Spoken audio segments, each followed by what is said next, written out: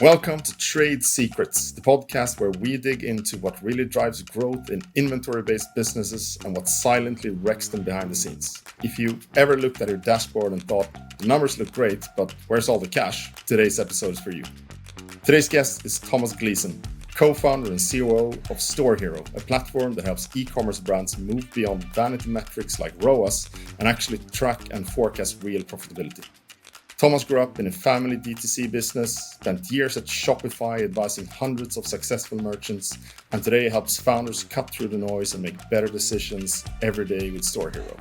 Thomas, welcome. For those who don't know Storehero, what's the quick story? What do you do? Why did you start it? Peter, thank you very, very much for having me on today. For those of you who don't know me, my name is Thomas Gleeson. I'm co-founder at a company called Storehero. Storehero is essentially an analytics tool to centralize e-com marketing and finance. But at its core, what are we trying to do? We're trying to help e-com brand owners focus on all things profitability, build your forecast, and really, make easier decisions every day. Why did we start the business? For me, Peter, it's been quite a long road, even though we're only up and running almost 3 years. For me, the journey to Storehero kind of started nearly 20 plus years ago. My mother has had an e-commerce business in Ireland, in the west of Ireland, for 21 years, and which is a bit crazy when you think about the west of Ireland 21 years ago. E-commerce was you were trying to convince people that e-commerce wasn't a scam at that time. That was your primary objective. Google ads weren't even around at this time. So I kind of grew up learning about broken checkouts and bounce rates and abandoned carts, all that kind of good stuff. And, probably 11 years ago, I discovered this thing called the Facebook Pixel, and I started running Facebook ads for my mother's business. The challenge with that was, up until that point, all of the traffic and the sales that were driven to the website were all coming from SEO. Now, the challenge with now starting to run Facebook ads was, for me, it was incredible. I could target people. I could now track purchases. I could see who bought what, that kind of thing. But for my dad, my dad is an accountant, and he would have been looking after the finances of the business. So I would go to him and say, Dad, the ROAS in Facebook this week is 10. We spent 100, 500 euro, whatever it's going to be, and we got X. And he would turn around at me and look at me like I had 10 heads. And he would say, well, this number of ROAS that you're talking about doesn't include, you're not taking out VAT, doesn't take out COGS. You're also telling me that it could also come from Meta and Google at the same time. He's like, this doesn't really mean anything to me. So until you can prove that you've spent more money and you've generated more profit, because I don't actually care about the revenue, we're not going to spend any more money on this platform. So for me, what that forced me to do was actually build out a really complex spreadsheet. So each week I was trying to bring together all of the numbers from the Shopify, the finance and the marketing. And at its core, what I was trying to do was understand contribution margin without actually really even realizing that there was a name for it. So that's kind of the home story, I suppose. And then I went to work at a company called Shopify afterwards, which, definitely solidified I was on the right track, I suppose. It's such a core concept to everything you talk about, I think, contribution margin. What is that really? How can you explain that in simple fashion? Great question. So I think we've evolved as an industry from clicks to CPCs, tracking ROAS, and contribution margin is now the next thing people are moving towards as a mechanism to understand the viability of your marketing spend. Essentially, it's your fully loaded profitability after marketing spend. So what are people doing if they're not measuring this right now? And you probably see this just as much as I do, Peter, but so many brand founders are talking about scaling all the time. And scaling often just means let's just blast revenue to the moon. But revenue and profit are not directly correlated with each other. In fact, often there's very much a trade-off that needs to occur to do that. So what we're trying to help brand owners understand is, instead of just, growing revenue for the sake of growing revenue, when we understand all of our core COGS, our profitability, our core unit margins and unit economics, let's just make sure as we're scaling the business that we're also incrementally raising that bar of contribution margin each week, because I just see it time and time again where brand founders are coming to us, they're running mid-7-figure stores and the business is heavily loss-making. And when you kind of get down to the nuts and bolts of it, they've been trying to, get this level of scale over the last couple of years, but the underpinning, I suppose, foundational knowledge from a finance perspective within the business in terms of how they evaluate success is not really there in a lot of cases. And I'm sure you guys see this just as much as we do as well. Yeah, exactly. And as you're saying, even like significant size businesses growing good for many years, very strong gross margins, which Yeah. should be a good foundation, right? That's what everybody knows. Like if you're, I don't know, 60, 70, percent plus, usually it should be reasonably possible, right? And Sure. it's always like next year we're going to turn profitable. And then it's next year again, right? It seems from the outside like this should be solvable and put yourselves in a much better position, right? What's your take on that? Is it a mindset thing? Is it a like do people do the analysis, the forecasting wrong? No, from my perspective, it's largely it's a mix between a care and a competence issue. Those two things. Like, I don't necessarily think that people don't care as much. It's just largely the industry as a whole. We've been trained over the last 6-7 years that ROAS is the primary North Star in which you need to just measure on a Monday morning. What was our Facebook ROAS last week? That's all we care about as a business. If that number is good, let's just keep going. And it's just such a bad way to run your business. I'm sorry. It's just terrible. And for anybody who's listening today, that's the current state of their marketing, are you getting the numbers that you want each week? Are you hitting the profitability numbers that you hit at the end of the year? Are you measuring this correctly? Like if you're gunning towards a specific profitability target and you're not tracking that number each week, what gets tracked gets measured. If you're not measuring it, how do you expect to hit the target? So if you are looking to gun towards profitable growth, make sure that if it's your paid media manager in-house or the agency that you're working with, that they clearly understand the core financial objectives and of your business. Because if they don't, you're in a really, really dangerous position. And I'll tell you why. If you think about most DTC brands today, like we see it, most 7-figure brands are spending anywhere from 20 to 40% of their overarching revenue on ad spend. So for so many DTC brands now, the heaviest line item of the whole P&L is this line item that is Facebook and Google ad spend. So what's the challenge with that? That individual who has the responsibility of ultimately deploying that capital on behalf of the brand is essentially the largest investor in your whole business. Now, think about that for a second. Would you give that responsibility in any other industry? So the largest investor on behalf of your whole business, we're going to give this to a guy or to a girl or to an agency or an individual who has no core concept or understanding of our underlying financial objectives or doesn't measure themselves on profitability or any finance-orientated metrics. They're gaming themselves, they're measuring themselves on channel attributed metrics that we know ourselves to be incorrect. We know them to be wrong. As a brand, we're seeing our margins condense and collapse over the last couple of years.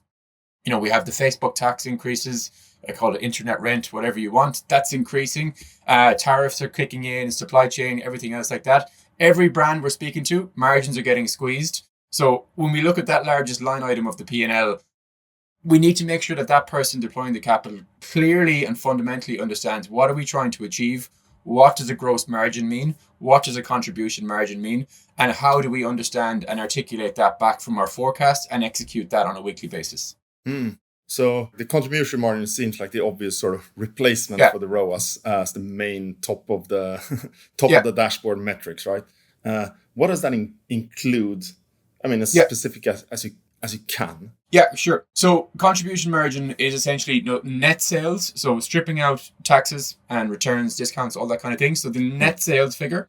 Then we're taking out fully loaded COGS. So this is a really, really important one. Your COGS are not product cost only.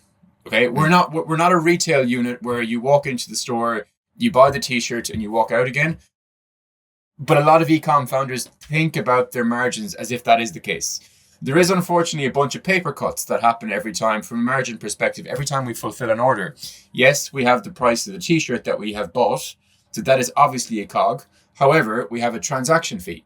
We have a shipping cost. Did we give that customer free shipping? If so, that's a full cost to us. Do we work with a 3PL? That cost needs to be taken into account.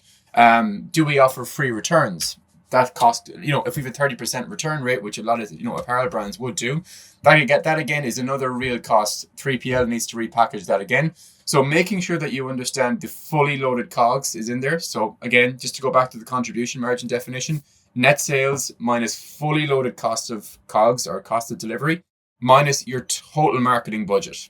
So we want to understand after we fulfill all of our orders, after we pay for all our marketing spend, as we turn up and down the dial from a paid media standpoint, very, very simply, have we generated more or less profit? If we've, just say for instance, we look back at last week and we spent 10% more on advertising, and we can see that, after we've done that, not only has our revenue gone up, but most importantly, profit has gone up. Well, we have a very, very clear indication that we can probably go ahead and do that again next week. However, when we get to a position where, maybe we've actually increased spend by 10% again, but maybe revenue has gone up, but actually profit has started to decline, well, maybe we'll start to need to realign ourselves, pull back a small bit, figure out why are we not as efficient? Is it a discount issue? Is it a funnel issue? Where are the challenges happening within the business? And what are we going to do about it to fix it? Is it possible to get a rough idea what a good benchmark is for a contribution? I mean, I think most people in our industry know that 70% gross margin is great, 80 is amazing, 60 is okay. Is there a similar kind of rough truth in contribution margin? Yeah, like 70-80% gross margin is fantastic, right? But what I would say to a lot of brand owners is that your product margin or is that your delivered to customer margin? Because I see, and we've a couple of hundred brands on Storehero, I see less than 5% that would have 75 plus margins. Doesn't really happen. It's very, very few. Once you take into account all the marginal costs that go along with it. To answer your question though, what is a good benchmark from a contribution margin standpoint? So the first thing I would say is that contribution margin differs slightly from gross and net margin, in that it's best measured as a full figure as opposed to a percentage, because you're banking net contribution margin dollars or pounds or euros, whatever it's going to be. But as if you wanted a benchmark on it, I would say anywhere from 25 to 30% is a decent kind of benchmark as to where you're at. And then, so when you think about it, just looking at your P&L, so you have your contribution margin. Next line item is your operating expenses to run the business. Ballpark, most good businesses will have that in the kind of, depending on the scale and size of the business, 12 to 20% is a decent scale. And then depending on, what that looks like or where you fall in that band, you're kind of looking at an 8 to 12% net profit margin as a typical benchmark for a good DTC brand today. So how do you go about typically if you're living in ROAS land, if you will? Yeah. You're not really tracking this, driving profitability, on a per item and per even like a weekly basis, as you're talking about.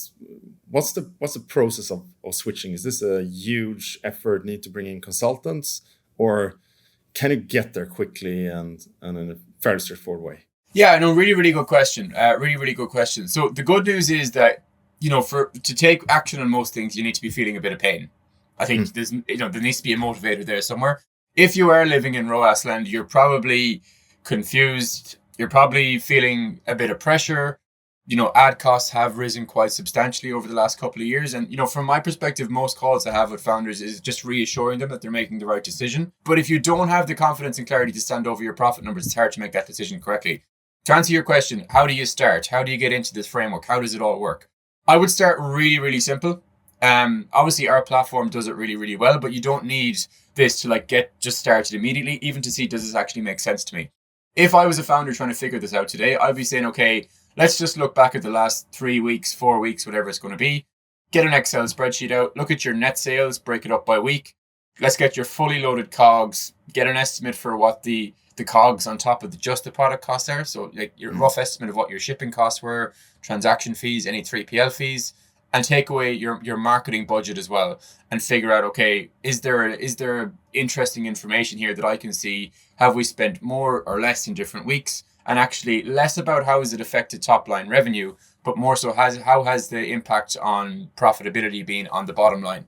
There's so many different ways to look at it. The best marketers I see today are thinking more like finance people than they are marketers. I think one of the biggest changes I've seen, and maybe you'd agree, is that I think e-commerce, particularly in the last 5 years, has really, more so probably in the last 3, if I'm being honest, as ad costs have really got more expensive.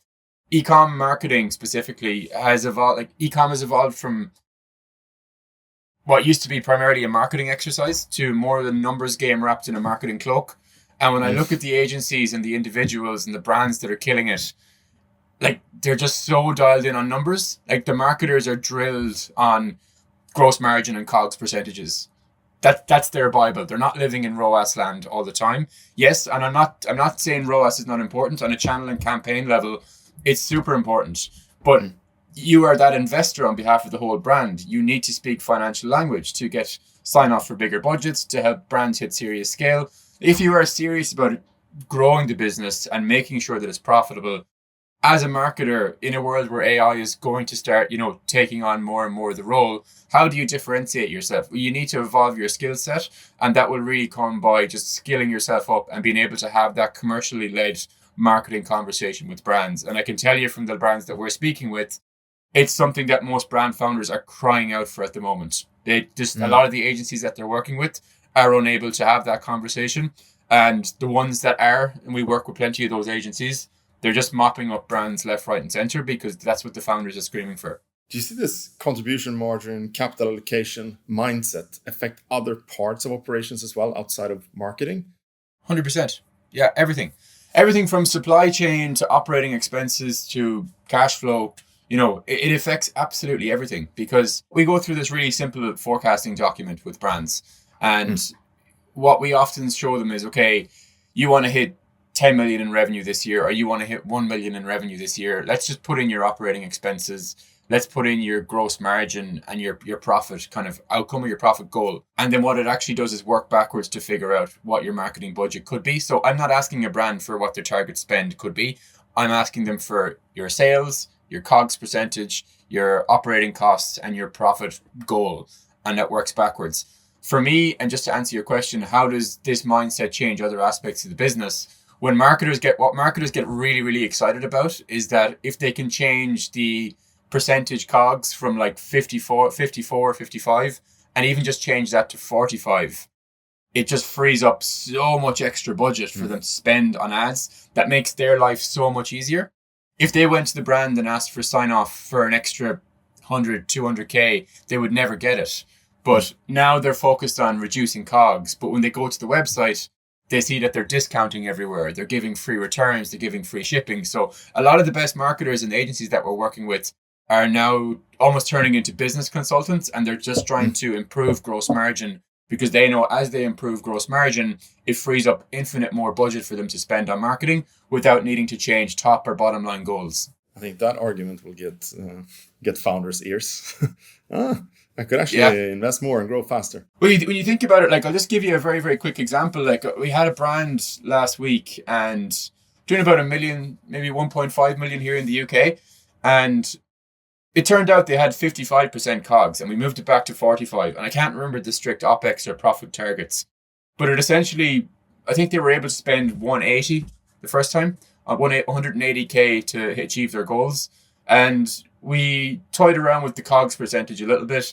And we said, look, guys, we need to improve your gross margin. If we can get it from the 55 down to 45, it's going to allow you to spend, I think it was another 130K. We didn't change top line projections. We didn't change bottom line projections. And then we were like, is this even achievable for you guys? And they were giving free shipping to everybody, free returns. They hadn't upped their prices in a long time. There was no average or order value optimization.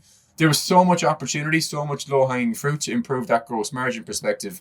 But the marketing team, the agency that they're working with, their full job now, of course, yes, it's running ads, but everybody in the business is looking for opportunities to eke out extra margin points within the business. And if I was a brand founder today and I was trying to evaluate an agency, can they have that conversation with you? Or are they just dragging you back down into the weeds of ROAS land? Like what we typically hear from a lot of brands is that we've hired an agency to do our marketing because we're not a marketing team ourselves. But all of our conversations, all of our weekly meetings, they just pull us straight back into marketing lingo and acronyms that we don't understand. And therefore, it's hard for us to even pull them up on it. Whereas the agencies that can talk to you in a commercial language, speak your language directly back to you as a business founder, they're the ones that are doing really, really well at the moment. Super interesting. And it also leads us a little bit into forecasting, which I understand you've been spending a lot of thought on recently. E-commerce and retail trade in general is infamous for being quite hard to predict, right? Yeah. Given there's no subscription typically, etc. And everybody does a nice clean forecast and then CAC changes, or there's a supply chain shortage, or a campaign fails, or it's hard. Why is that? Why do all these need forecasts break constantly in real world e-commerce? Well, to your point, like, growth is not linear. Everything changes. Unfortunately, for e-commerce specifically, when you compare e-commerce versus high street, your high street rent is largely fixed, right? If you think about the high street rent, what are you paying for there? You're essentially paying for traffic. Okay, I have a shop on Times Square in New York City. My rent is expensive, but I have loads of footfall there. But my rent is fixed in that spot. Now, if I have an e-commerce store, I'm essentially paying for traffic, but in a digital format. But that rent that I'm paying for my online traffic is not fixed. That can go up, it can go down. The shop window can close because Meta have an outage, whatever it's going to be. There's so many different ways to spin it. So that's the huge variable that we have from an e-commerce standpoint, is obviously ad spend efficiency. And obviously then everything on the e-com side, on the inventory side, there's so much that can change with it. The one thing I would say with traditional forecasts is that, and I'm sure you see this as well, is that the best forecasts are never right. They're just a good guideline to help you understand where you're wrong. Like, have we really met anybody who's got a 12-month forecast spot on? If they have, I'd love to meet them, because I never have. But it's really, and that's not to say that they're not useful. They're extremely useful. Yeah. But at least you understand when you look back at the end of every week or every month, how far are we on track or off track for different numbers? Is there certain numbers that we're falling miles behind on? Is there numbers that we're over executing on? And that can inform so much about your strategy going forward. The trap I see a lot of DTC brands fall into when it comes to forecasting is that, and again, I can say this because, is the story in my house, specifically at home. A lot of DTC brands have their forecast built for them by their accountant down the road. And the accountant down the road is the local accountant, and he's great and nice people. But e-commerce is an extremely different business model to most businesses. And therefore, if the person who's in charge of building your forecast doesn't understand e-commerce, or doesn't get the nuances and how quickly and dynamic it needs to change, you're essentially giving a paid media, and I've just talked about it extensively there a second ago, is the fuel that's going to drive your e-com business to heights that you want to get it to. And if you get it wrong, it's the fuel that's going to kill the business as well. So, whoever's in charge of informing your business on the decision making around the financing of that, if they do not intricately understand e-commerce, you're probably not getting the best advice that you could be. And we work with a bunch of fractional CFOs. So just for anybody who's not familiar with what a fractional CFO is, it's essentially a chief financial officer that works with a bunch of different e-commerce businesses who don't necessarily need a full-time finance person in-house. So there's like a very, very clear distinction between the two, an accountant and a CFO. An accountant will get your bookkeeping done, will kind of just, keep you on track and off track. They might have a stab at forecasting, but the fractional CFO type role, which is really, really taking off, initially in the US, but definitely in the UK now at the moment as well. These are fractional CFOs who are working with a bunch of e-commerce brands, can advise on everything around inventory forecasting, cash flow forecasting, and they get e-commerce. It's a huge string to your bow. And I would just definitely recommend for any brands that are struggling at the moment, that don't feel that they have the right finance head in the business with them, definitely reach out. There's loads of great fractional CFOs out there. And it's definitely a huge role that I see, becoming more and more prevalent for a lot of brands. I'm sure you probably see it yourself as well, Peter. Yeah, we have had a fantastic guest from eClarity, who's, fractional CFO, specialized in e-commerce, right? Stuart, awesome guy. Great guy. And I think he's a great guy. And I think specialists are really, really helpful in e-commerce. Someone actually understands how margins, contribution margins, forecast. But back to forecast, what's your best practice approach? How do you go about forecasting in an e-com business? Sure. So the first thing I like to do is just keep it really, really simple, right? For us, when we look back at 12 months ago with Storehero, we were like, okay, some of the challenges that we see our customers are having at the moment with using the tool is that when they log in, they don't necessarily see number good, number bad, and therefore it becomes a wall of numbers, and it can be hard to decipher what's good, what's bad. So we were thinking about this, and we're like, okay, how do we make the platform much more action orientated? We need to build a forecast. And the next challenge we ran into was that we started asking our customers how they built their forecasts, and everybody answered it completely differently. And they all really, really struggled with it. So we needed to keep the conceptualization of the forecast creation really simple and easy. So what do I mean by that? So if you think about your business, you break it down to like four key areas. So if you think about your revenue that you bring in, your net revenue is the full pie of the business. So if you imagine that you're looking at the pie chart, the full pie is all of your revenue. So we have four little quadrants within the pie chart. So the first one here is your COGS. So imagine that is your cost of goods sold, cost to get the product out the door. The next one is your operating expenses to, keep the lights on, the things like your staff, salaries, rent, payroll fees, software fees, whatever it's going to be. The next one then is your marketing budget. What are you going to pay Mark Zuckerberg and Sergey Brin every week in order to keep your internet rent live so you can drive your orders? That's the third quadrant. And the last one is your profitability. So this is the juicy part that a lot of founders often don't think about, is what are you forecasting to get out of this business at the end of the year?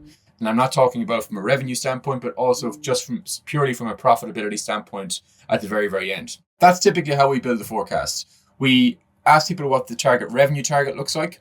Then we figure out, Storehero knows what that fully loaded cost of goods looks like. We understand the operating expenses to run the business, and we want you to tell us what your profit goal is. Once we have that in place, we actually extrapolate backwards and figure out your absolute allowable marketing budget and the efficiency rate.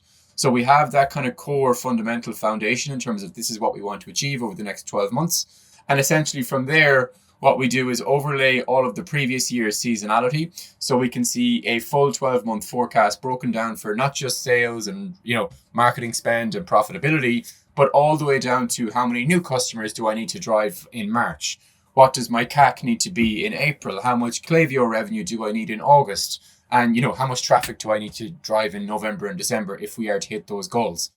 The beautiful part about that is that every time you log into Storehero, it understands, based on whatever time period of the month that you've looked like, we have a number, each number is held accountable around the target that you've built for your business. So when you log in, it's accounting for your seasonality of your business and it's accounting for your profitability goals. So you can very, very quickly see, where am I on track? Where am I off track? And most importantly, it also gives you insights around, this is why you missed, new customer profitability this week. You over discounted. These campaigns didn't work. You didn't sell enough of this product. But most importantly, here's the 3 things that you need to do in order to drive this forward. So that's a really, really quick and easy win for most brands, is get your forecast set up. We typically do it in about 5 minutes with a lot of brands, and then start getting value immediately. Why did it not happen this week? And most importantly, how do I fix it? So starting 12 months, the 4 main things, including profitability, then budget the profitability, work backwards from that, add seasonality as a layer, I guess. As a layer, exactly, yeah. How do you know if you're you could argue like either like you're successful in forecasting because like you have good enough precision, or you could turn it opposite, like when is it a warning flag, I'm missing on the downside or overachieving on the upside? Yeah, both are a problem, but there's one that's significantly better than the other, I suppose. Bottom line, are we missing our profitability targets drastically? That's the main thing. Like I actually, just as a good example here, we plugged a brand in here 6 months ago, and we actually looked at it last month. They were doing pretty well all year. The overarching year to date was like within 2 or 3% of contribution margin, but August wasn't good, and it was like 30% below. But the interesting piece was that the Facebook ROAS and Google ROAS was the exact same all year, even in August, in the poor month. So they were like to me, our numbers from our agency are the exact same this month. Why have we had such a big drop? So I was able to show them that it was actually that they went on heavy sale and they had reduced the cost. They reduced the selling price of all their products. Margins got squeezed. But it was really interesting for them to see, okay, we've spent like the same amount. Our ad spend is on target. Our efficiency rate is on target. But because we missed so heavily on gross margin, contribution margin, also missed as well. So for me, like when I'm looking at red flags, it's like, okay, are you missing contribution margin? Is it are you missing profitability first, I suppose? Is that an OpEx issue? If it's not an OpEx issue, we need to move up to contribution margin. Say we've missed contribution margin. There's 2 things that could be a problem here. Has our CAC got out of control, or have our COGS just spiked for some reason? So if our cogs have got out of control, why? Have we just over discounted? Have we priced incorrectly? Have we had supply chain shocks come through?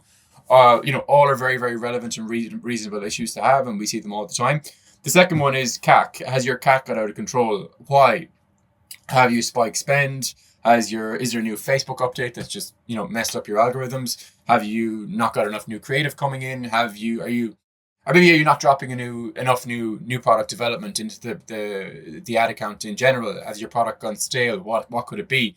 So there's so many different things to figure out. Why are we missing? And most importantly, once you understand that, being very, very deliberate and clear about what you're going to do. On the flip side, when you start over executing on your goals, what to do about it. That's the best kind of problem you can have. You build a good forecast, you map out for your profitability goals, and you knock it out of the park. And again, we've seen plenty of them as well. What I would say to brands is as long the forecast is great, but as we said at the start of the call, it's a good guide to understand where are you at. Do you have room to further go without overextending yourself, without getting yourself into trouble, that kind of thing? As long as your contribution margin targets are continuously going up, I wouldn't be as worried about continuing to scale spend. Where the trouble can start to set in sometimes is when we start over executing and then we go really heavy, and I've seen this happen, and we start, the founders get really, really excited, the business is flying, we've had to buy new warehouses, and then we really, really start to push spend. And what happens is the big push and spend only yields a small increase in revenue. And what's actually after happening is all that small bit of revenue that we've paid for, we're after paying very, very handsomely for. And therefore what happens? Huge drop in profit, back to square one, need to downsize. So just being very, very careful to make sure that we understand why the growth has happened. Why have we massively over executed on that growth? Is there a reason? Have we just ran into a new influencer, for instance, who's knocked it out of the park for us? If we have, that's not a reliable source of revenue that you can consistently, understand and rely on. So I wouldn't be, doubling down on spend specifically in that instance, even if you have overhit your forecast, because, there's a weird reason for it, I suppose. So just being very deliberate and understanding why things have happened, and most importantly, what are the underwriting decisions that you make before you start to action them. I think it's a very good framework. Quite quick to actually dig down and figure out what's going on in the business. Of the reasons for deviations, right, for not following the plan, what are the most common? Is it more often a COGS thing? Is it more often discounting, as you mentioned, or something else? Product mix, running out of stock? I've seen so many of them now at this point. I would say the big thing is COGS. So one thing, right? People are shocked when we show them the real COGS. When a brand founder comes to me and tells me we have 70% margin and we plug in the shipping, the 3PL, the transaction fees, the buy now, pay later solutions that they've got in place, and they also haven't priced into the fact that they're 20% on sale all the time, and that 70% margin is more like 50%, that can be a humbling thing to see on the screen. So often founders think, okay, this is an issue, I know why it happened, I can solve that pretty quickly, and they turn off all the discounts. But what they haven't realized is that they've actually trained all their customers to wait for that discount. So yeah, you're going to improve your gross margin pretty quickly, but your CAC is now increased quite dramatically because you're having to pay more to acquire your customers because you've trained all of your previous customers to wait for discounts and only shop when there was discounts. So for me, it's how and where do most of these forecasts fall down? It's often where founders get overly optimistic around how quickly they can influence improvements in their COGS or gross margin without having other knock-on effects in the business. It's really interesting. And I think the discounting piece is quite straightforward to understand. Yeah. Right? Obviously, you do site-wide 20-30%. That's not going to be pretty for your margins, but quite okay for your cash. So we often tell our customers and users to actually go and do a discount if inventory is building up. But it also points it can be an opposite problem that we see a lot. I don't know if you see it, that companies are instead of discounting, they're building up dead stock. Right? Yeah. This product isn't selling, so we keep it. And that makes your profit look great, but your cash is drained. How do you think of that problem? Is there a way to account for that, or how should founders sort of think of this balance? I'm sure you're listening to me thinking there's definitely a time and place where you need to clear stock off at a loss and just turn it back into cash. 100%. 100%. There is so many times, like January every year, we see gross margin take a dip. But people need to clear off all the end of year stock. There's times and places for it. Well, the piece where I have a challenge and a problem with it is where marketers use it as a lazy marketing trick to shift in-brand stock, fully in-season stock where we're going to run out anyway. Of stock where it's popular, we're going to run out. Why is it on discount? And we just see that over and over again. That's the discounting I hate. Everybody can get inventory wrong. It's really, really hard thing to get right, in fact. So if you have inventory, to your point, yes, it will make your P&L look better, but your cash flow is going to dwindle if you're paying a 3PL on the warehouse to hold loads of this inventory that you can't sell anyway. So if that happens, obviously that's a lot of cash tied up that could be put to a lot more productive use. So 100%, there's so many ways and times and places where that excess overstock needs to be cleared down, discounted away, get it back into cash. My point and my bugbear with a lot of it is when discounts are used misappropriately for just generic site-wide discounts, applying them to products where there really is no need. Like, one of the big bugbears I have is that so many founders are still just orientating themselves towards revenue, and that trickles down. The e-com manager and the agency then KPI directly on revenue. Well, what happens if it's the 20th, 25th of the month and we're 30% behind where we need to be? And I have full autonomy as an e-com manager or as an agency over what discounts we run and how much ad spend we run. Well, I need to hit that revenue number. So what am I going to do? I'm going to slap a 30% discount on a 20% discount site-wide, and I'm going to juice Facebook ads for 5 days. And look, you'll probably hit your revenue target, but you'll also have, completely set the business up for, you'll have completely eroded all the margin that the business was set up for initially. And just making sure that, like, is the KPI that you've given your agency, is the KPI that you've given your e-commerce team, is that the one that necessarily aligns with what you want from the business? Like, do you want a massively just revenue business with low profitability? Like, don't just immediately think because we're growing revenue, you're going to go profitability. There's trade-offs to be made for both. And if you're not thinking about that now, it's very, very hard to make both of them work, because I hear it all the time. Are we going for growth this year? Are we going for profitability? And the answer is always both. And look, that's fine. But understand how much of both, because if we just say both generically, that's really, really hard. And if you're not clear on that day one, it's very hard to hit the target. What's the most common you see? I mean, from someone coming, I was thinking like coming from ROAS land into contribution margin land. Yeah. Are people typically underspending or overspending on sales and marketing? Really, really good question. I would say 40% of people we work with are overspending. I think probably 20 to 30%. We're working with them for a while and they know what they're doing now. We have the forecast built and they're only spending within guidelines and it's all on track. The next kind of 30% is really, really interesting from my perspective. It's brands that we plug in and immediately I can see that they're heavily underspending, like really underspending. Like, some of these businesses really surprise me when I get them plugged in and hooked up. Like, we typically do a couple of calls with every brand to just make sure that they're understanding things correctly, put them through our academy. So we do a lot of kind of consulting calls, particularly in the early days, to more so show them what the brand could potentially do with their business by using the platform. So we see some really, really interesting businesses there. Like, that takes convincing though. Like, the one thing business owners are not great with doing is talking to each other about their numbers. You don't go into a coffee shop and meet somebody else who runs a Shopify store. You'll never tell each other your Facebook ROAS numbers. You'll never tell each other your margins, all that kind of good stuff, obviously for good reason. So a lot of these guys or girls or, groups or whatever who are running these businesses, often in the later category where they're heavily underspent, the business is flying it. They're hugely efficient from a marketing standpoint, but they don't know it.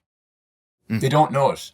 I spoke with one brand recently back in February, and like this brand is like, on its way to being an 8-figure brand, halfway there. And all of their campaigns on Facebook were all over 15 ROAS. And I have not seen that in years. And I was like, this is great, by the way, but there's a point where this is a problem because everybody's chasing efficiency, and we should always be as efficient as possible. But you guys are ridiculously efficient. Like, this is like a huge lost opportunity is how I would frame that. they didn't realize how good they had it.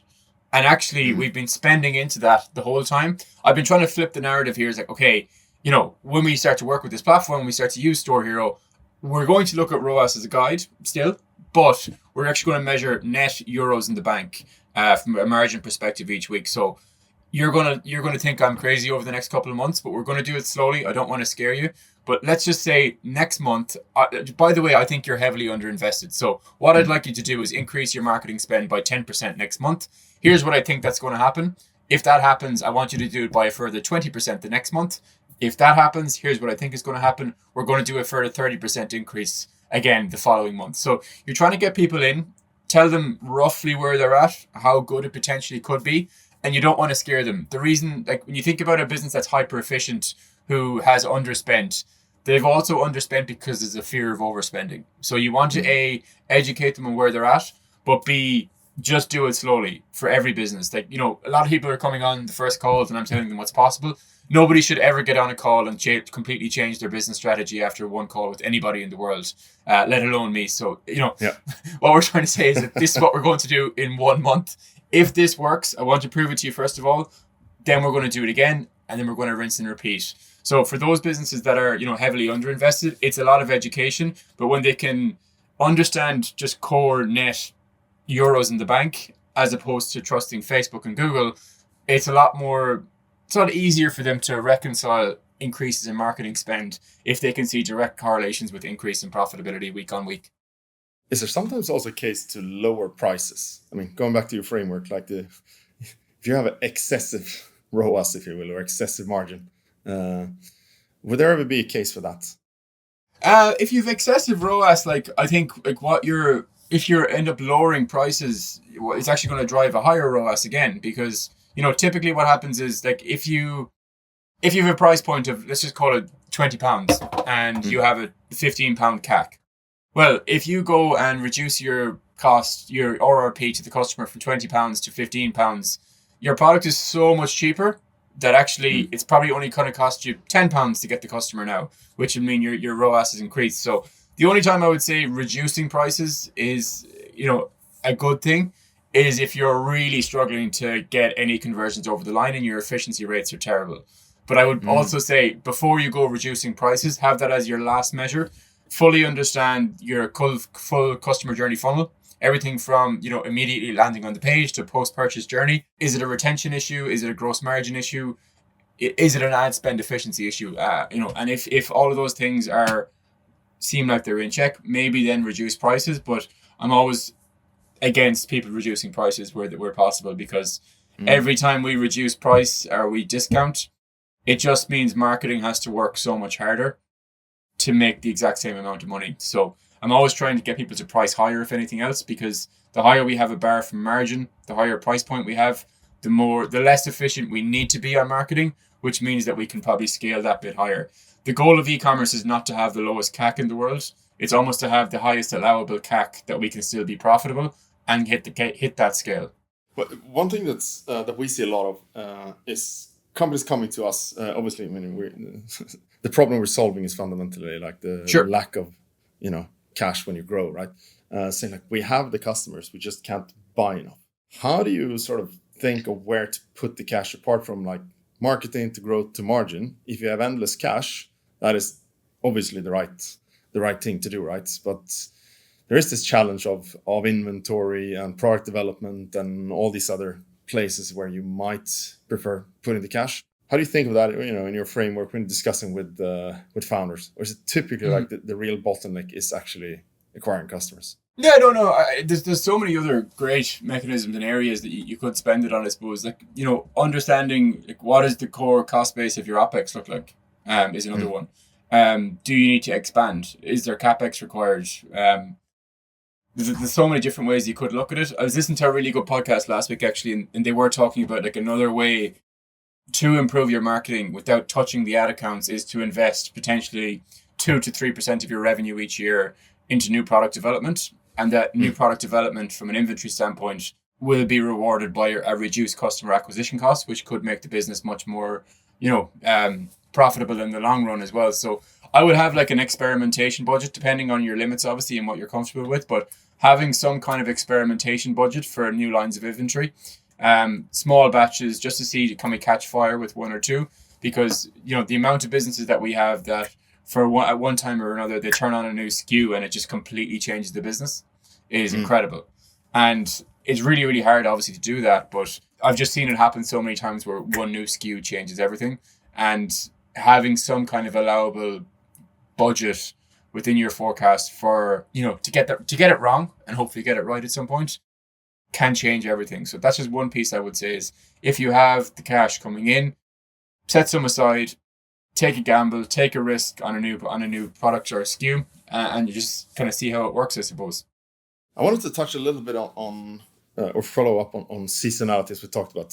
We're obviously second half heading into the make it or break it time, where all chaos for some reason is gathered. Right.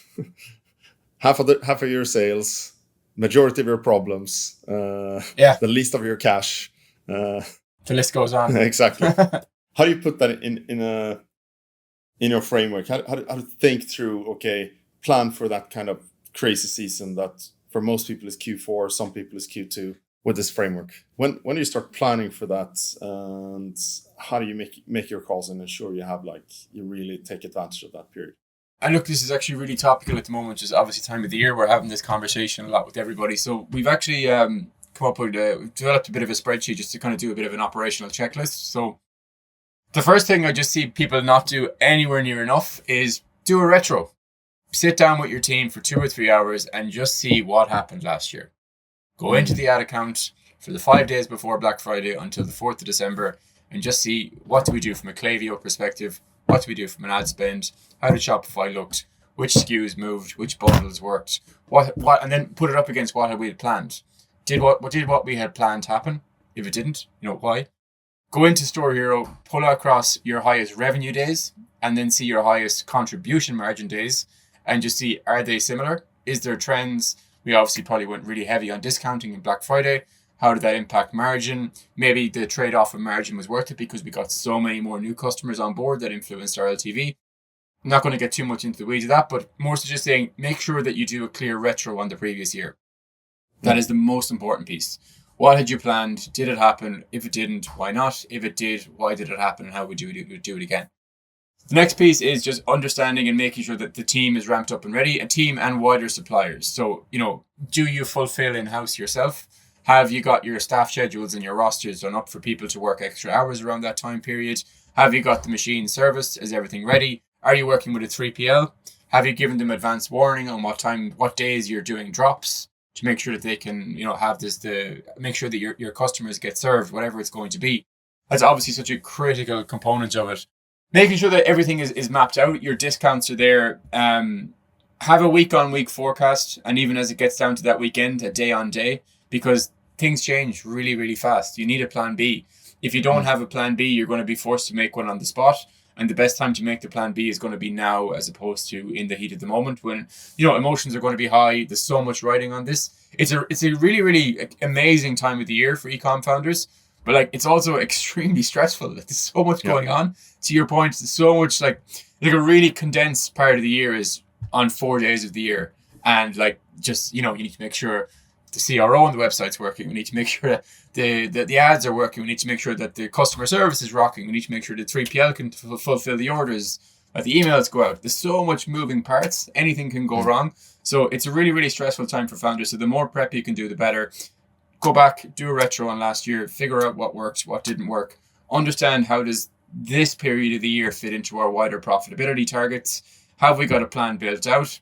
Have we got a plan built out for that week? And what does our plan B look like? What kind of offers are we running? If that doesn't work, what's next? Just making sure that we can, just be ready for whatever gets thrown at us, because anything can happen. How would you set up the founder's dashboard for a growing e-com business, coming back to your favorite numbers, to actually have a daily, weekly, monthly check on your business? Yeah, sure. So from my perspective, we've been very intentional about how we built the platform to make it as super simple and easy to log in and just very, very quickly understand good, bad. So from my perspective, the 4 key numbers that anybody, not just the founder, should be looking at when evaluating the success of an e-commerce business are 4 key numbers. So they are your net sales, not your Shopify sales, your actual net sales. So get rid of that VAT. That's not your money. It's the government's. Net sales, your MER, marketing spend next. So how much have you spent on ads, marketing budget in total? Then next up is your MER. So for those of you who don't know what MER is, essentially net revenue divided by total marketing spend. So if ROAS is channel and campaign level, MER is overarching business level. Really, really good way of understanding overarching business marketing efficiency. And then the last one there is contribution margin dollars or euros or pounds, whatever it's going to be. So just to recap, the founder's dashboard, what are the four key metrics that you want to understand? What is the intersection between your net sales, your marketing spend, your MER, and your contribution margin? At its core, we want to understand, as we turn up or down the dial from a paid media standpoint, how is that impacting net contribution margin? As we increase spend, is it driving more contribution margin? If so, we have a very, very clear green light to push forward. If, however, we've started to scale spend, revenue may be up, it could be down, but contribution margin has started to fall, that means we're spending more money and we're actually scaling a loss or we're scaling negative profit. We need to pull back. So keep it simple. Get out of Facebook and Google ads as running your business. You need a dashboard that puts everything in place for you, and you need to understand in clear and layman's terms language, as you spend more money, are you making more profit? And you need to see that in real time. You can't wait till a month after your end of the month until you get your monthly management accounts. It's too late at that point. Your finger needs to be on the pulse at this time of the year more so than any.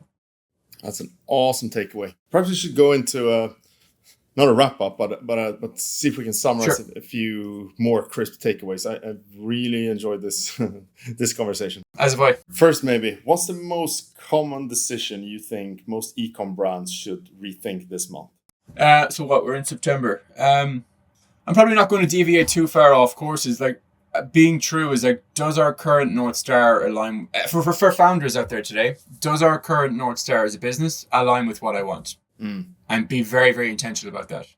I'll tell you the red flag I'm looking for. If the founder says revenue is our North Star, is profit your goal? If you said yes to both of those questions, you need to get very, very clear on that answer. That's a very crisp takeaway, I think. And if a founder wanted to improve their forecasting this quarter, what's the one thing you would have them do today? Even if the data isn't perfect. Yeah, look, don't make perfect the enemy of good, but get some kind of mechanism that isn't. Get some kind of mechanism to bring in together your revenue, your ad spend, and your COGS in one place. That's just very, very basic stuff.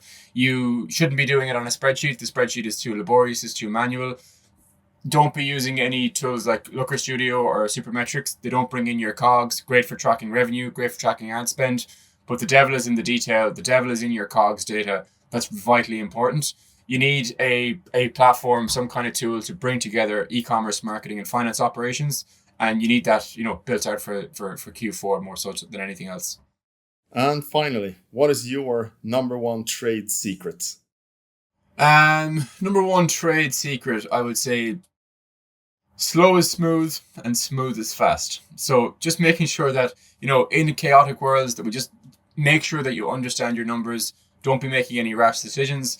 Growth without profit is noise, and profit first is the clarity that you should be running your business on. So just making sure that the chaos I see in most businesses is we're not very clear on what good looks like on a weekly basis. In that detail is buried just a huge reliance on Facebook and Google ad numbers that nobody trusts. If that sounds like you, if that's chaos and if that's causing a lack of confidence in your business, there are ways out there to change it. So that would just be my number one thing. Get a more simplified way of understanding your business, because there's plenty of them out there. All the best brands in e-commerce at the moment, they're not relying on these numbers to drive the business forward. They know and can act confidently because they're looking at real numbers every day as opposed to marketing numbers. I think that's a perfect way to round off.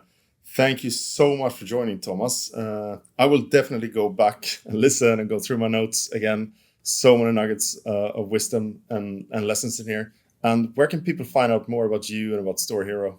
And listen, thank you very, very much for having me. If anybody wants to get in touch or hear more about Storehero, you can head to the website. It's storehero.ai. Or you can get me on LinkedIn as well at Thomas Gleeson, so co-founder at Storehero. So yeah, if anyone wants to get in touch, obviously more than happy to take you through the platform, get you set up, go through a consult like we would have done with any of the brands that I would have mentioned throughout the call. Again, thank you. And anyone's listening, please hit subscribe or reach out if you have feedback, wishes for how we can improve this and future guests. Thank you so much.